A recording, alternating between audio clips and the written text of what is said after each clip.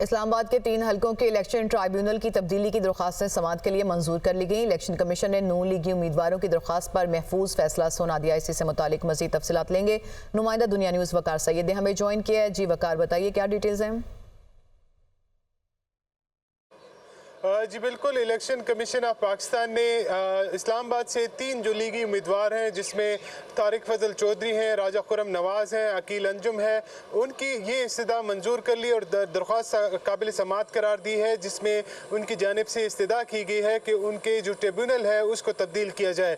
इस्लामाबाद के 3 हलकों के लिए एक ट्रिब्यूनल जज को मुकर्रर किया गया है, जो तारिक जहांगीरी हैं उनको मुकर्रर किया गया है। वहाँ पर ये 3 जो MNAs हैं, इनसे फॉर्म 45 जो है वो तलब किए गए थे। ताम इनकी जानिब से जो है वो गुज़श्ता रोज़ इस पर अदम एतमाद किया गया था और गुज़श्ता रोज़ ही इलेक्शन कमीशन में एक दरख्वास्त दायर की थी, जिसके बाद इलेक्शन कमीशन ने गुज़श्ता रोज़ की ही काज लिस्ट में आज इसको समाअत के लिए मुकर्रर किया था।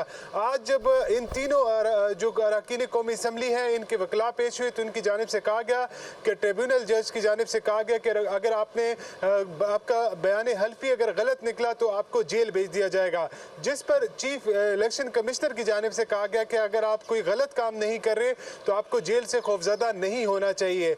जबकि जो दरख्वास्त गुजार के वकील थे, उनकी जानिब से कहा गया कि तेज़ी से जो है वो ट्रायल किया जा रहा है और ये आइन के आर्टिकल 4 के मुनाफी है, क्योंकि आर्टिकल 4 जो है वो किसी भी जो शहरी है उसको फेयर ट्रायल का हक देता है, चाहे वो मुल्क में हो चाहे वो मुल्क से बाहर हो।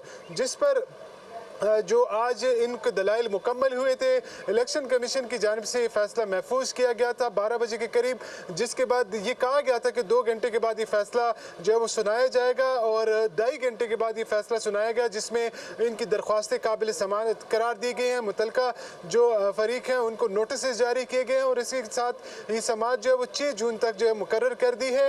अब इलेक्शन कमीशन के जो ये केस था, इसमें जो दरख्वास्त गुजार के वकील थे उनकी जानिब से ये भी इस्तदा की गई है कि इलेक्शन कमीशन चाहे तो इसकी जगह किसी और जज या रिटायर्ड जज को जो है वो ये जिम्मेदारी दी जा सकती है। वकार सैयद, आपने हमें मालूमात फराहम की, आपका शुक्रिया।